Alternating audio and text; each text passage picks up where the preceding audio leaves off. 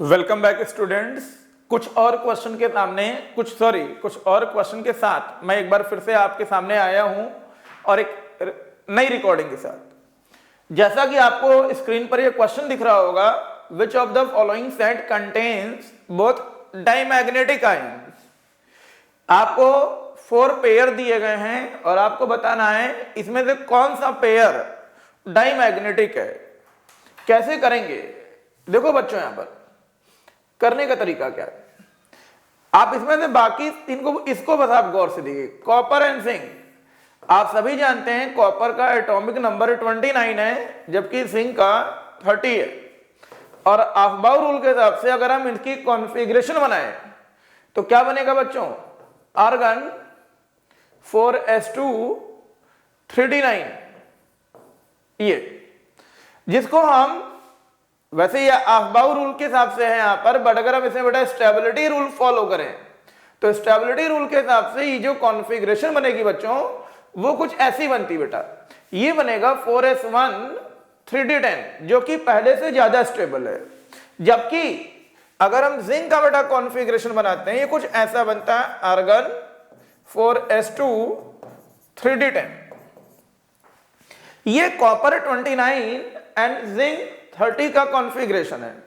जब हम बात करते हैं कॉपर +1 की तो ये रिड्यूस होकर 28 होगा और ये बेटा रिड्यूस होकर 0 हो जाएगा। इसी तरह अगर हम बात करते हैं जिंक 2+ की तो ये 28 हो गया और ये बेटा रिड्यूस होकर 0 हो जाएगा। अब अगर आप इन दोनों को गौर से देखिए, यहां पर जो डी सबशेल है ये फुल फिल्ड है। फुल फिल्ड का मतलब बेटा ये हो गया अनपेयरिंग ऑफ इलेक्ट्रॉन इज 0। और अनपेयरिंग 0 होने का मतलब ये होगा कि इसका जो मैग्नेटिक डाइपोल होगा बेटा वो भी यहां पर क्या होगा? 0 होगा। और मैग्नेटिक डाइपोल 0 होने का मतलब ये हो गया कि जब आप इसको किसी एक्सटर्नल इलेक्ट्रोमैग्नेटिक फील्ड में बच्चों ऐड करेंगे तो ये स्ट्रांगली रिपेल्ड होगा, मतलब it is totally diamagnetic in nature. तो जो करेक्ट ऑप्शन बेटा है, अगर यही क्वेश्चन है पेपर में जो कि हमको मिला है, जो हमने पता किया है, जो हमें बच्चों ने बताया है और बिल्कुल हूबहू यही है, तो बेटा correct option is option 3। Next अगले क्वेश्चन पर आते हैं बच्चों। ये कहते हैं 2 स्टेटमेंट दी गई हैं। स्टेटमेंट 1 है for hydrogen atom 3p and 3d subshell are degenerate, दोनों डीजेनरेट है। और स्टेटमेंट 2 है degenerate orbitals have same energy, दोनों की एनर्जी सेम है। तो बेटा अगर हम बात करते हैं यहां पर, पहले हम स्टेटमेंट 1 की बात करते हैं। स्टेटमेंट 1 क्या है इसमें? यहां पर स्टेटमेंट 1 कहते हैं 3p and 3d are degenerate. ये बिल्कुल सही लिखा है। आप भी जानते हैं हाइड्रोजन के पास एक ही इलेक्ट्रॉन होता है जो कि बेटा 1 ऑर्बिट में होता है और उसके s सबशेल में होता है। मतलब ये होगा हाइड्रोजन की 3rd ऑर्बिट में 0 इलेक्ट्रॉन होंगे, 0 इलेक्ट्रॉन। और अगर बेटा ये 0 इलेक्ट्रॉन तो ऑब्वियस सी बात है वहां किसी भी तरह का कोई रिपल्शन तो होगा नहीं, इसीलिए ये दोनों क्या होंगे? यहां पर डीजेनरेट होंगे। दूसरी बात, अब रिपल्शन नहीं होगा, वो डीजेनरेट तो ऑब्वियस सी बात है इन सभी डीजेनरेट ऑर्बिटल की एनर्जी भी क्या होगी? सेम होगी।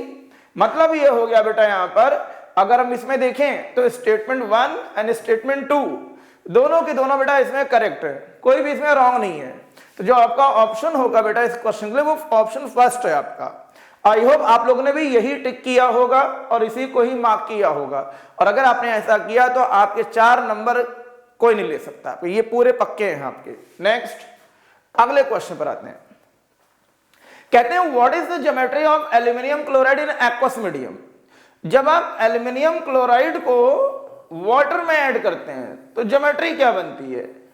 होता बेटा क्या है, आप सभी जानते हैं एल्यूमिनियम के पास वैकेंट डी सबशेल मौजूद होती है जिसमें यह आसानी से वाटर के लोन पेयर को एक्वायर कर सकता है और बनाता क्या है?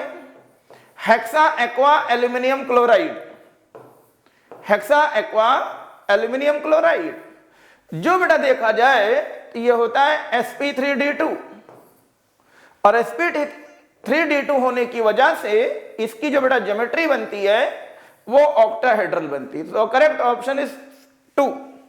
तो जिस बच्चे ने भी ये ऑप्शन लिखा है उसके 4 नंबर और पक्के हो गए, मतलब ये 4 भी उसके कोई नहीं ले सकता है। नेक्स्ट अगले पर आते हैं, आगे बढ़ते बेटा।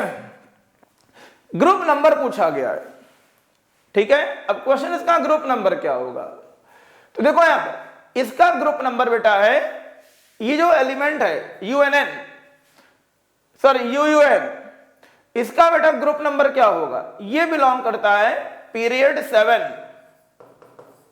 एंड ग्रुप नंबर बेटा इसका है 11। पीरियोडिक टेबल रटी होगी तो ऑब्वियस सी बात है याद होगा, नहीं रटी है तो आपको आईयूपीएसी नंबर पता होना, पैटर्न पता होना चाहिए। For atomic number is equal and greater than 100 के लिए एक पैटर्न फॉलो होता है जिसके हिसाब से बेटा चीजें ड्रॉ की गई हैं। तो जो एलिमेंट है ये बिलोंग करता है 7th period and 18 group, sorry 11 group. तो 11 ग्रुप हमारा अगर ऑप्शन में देखें तो ऑप्शन 1 में आता है, इसलिए जो हम लोग का बेटा करेक्ट आंसर है वो ऑप्शन 1 है। अगर आपने इसको टिक किया और आपको टेबल अच्छे से याद है तो ये 4 नंबर भी आपके श्योर हैं, कोई आपसे नहीं ले सकता है। इसके बाद अगले क्वेश्चन बेटा आते हैं, बहुत अच्छा क्वेश्चन है, स्टोइचियोमेट्री या यूं बोले वॉल्यूमेट्रिक का है। कहते हैं 250 ml of solution of sodium acetate of molarity is this is prepared, what is the mass of sodium acetate. तो बेटा मोलैरिटी का फॉर्मूला ओपन कर दीजिए, given mass upon molecular mass volume in litre 0.35, given mass कितना है W, molecular mass कितना होगा बेटा 12, 24 हो गया, और 3 हाइड्रोजन बेटा है 27 हो गया, 32, 59 हो गया एंड 23 82 हो जाता बेटा ये मॉलिक्यूलर मास। वॉल्यूम बेटा होता है लीटर में जो कि 250 है, इंटू 1 लीटर में कन्वर्ट करिए, कैंसिल होगा 4 आएगा। सो मास बेटा इसका आएगा 0.35 अपॉन 4 इंटू 82 41। तो मास बेटा आएगा 0.35 इंटू 41/2 ग्राम। ये बेटा इसके बारे में आंसर है, यहां पर इस तरीके से चीजें करते हैं यहां पर, ठीक है। तो ये इस क्वेश्चन का आंसर है। आई होप आप लोग को सारे आंसर समझ में आए होंगे और मजा भी आया होगा इसमें यहां पर, ठीक है। फिर भी अगर किसी को कोई दिक्कत है आप इन आंसर को देख लीजिए, कई बार देख लीजिए। ये लेक्चर बेटा सारे आप ही लोग के लिए रिकॉर्ड किए जा रहे हैं, जिससे आपको पता चल सके क्या आ रहा है, कैसा आ रहा है, कैसे आइडियाज यूज होने, क्या अप्रोच यूज होने हैं। Okay, thank you.